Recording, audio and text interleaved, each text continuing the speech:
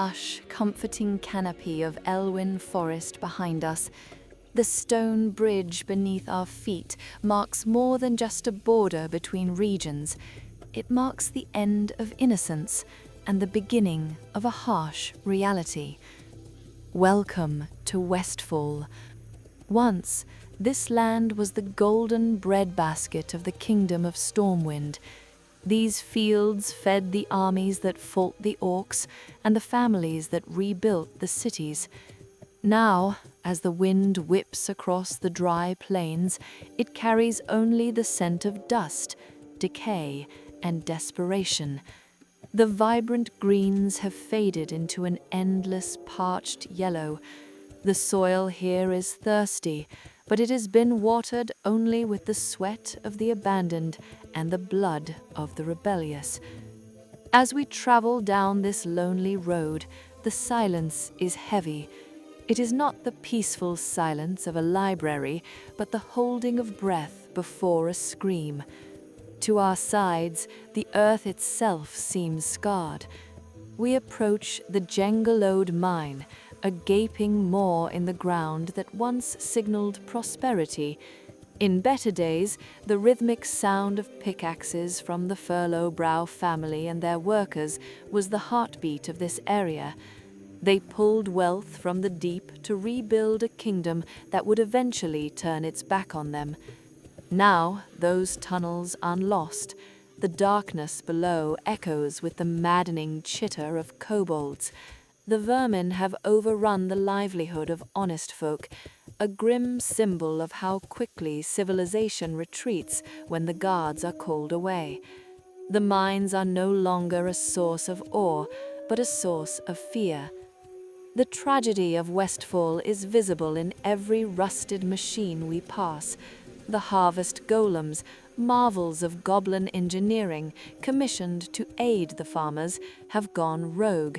These mechanical scarecrows now patrol the fields like mindless tyrants, attacking the very people they were built to serve. It is a cruel irony that the farmers are chased from their own lands by the tools of their trade. Looking towards the coast, the landscape tells the story of the Stonemasons. The Gold Coast Quarry lies ahead, a place of hard labor and harder memories. It was from this stone that the majestic white towers of Stormwind were carved. The hands that hold the weapons of the Defias Brotherhood today are the same hands that laid the foundations of the Cathedral of Light. They demanded fair pay for their masterpiece, and when the nobility refused, the seeds of this insurrection were sown. Now, the quarry serves a different master. It is a staging ground for a brotherhood forged in bitterness. They do not see themselves as villains. They see themselves as creditors, come to collect a debt that the House of Wrynn refuses to acknowledge.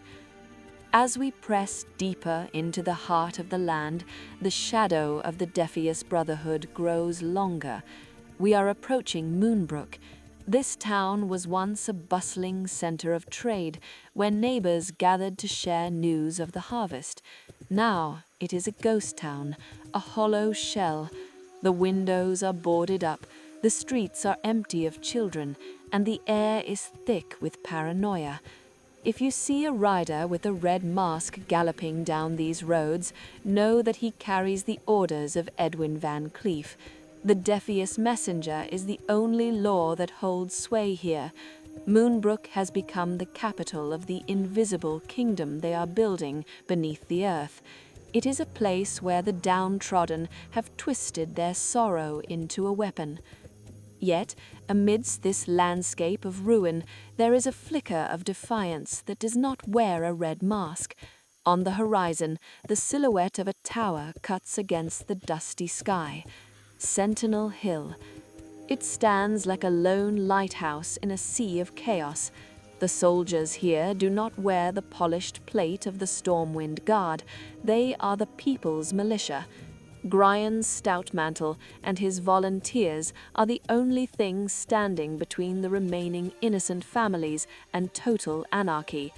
They hold the line at the tower, watching the roads, watching the skies, and waiting for aid that may never come.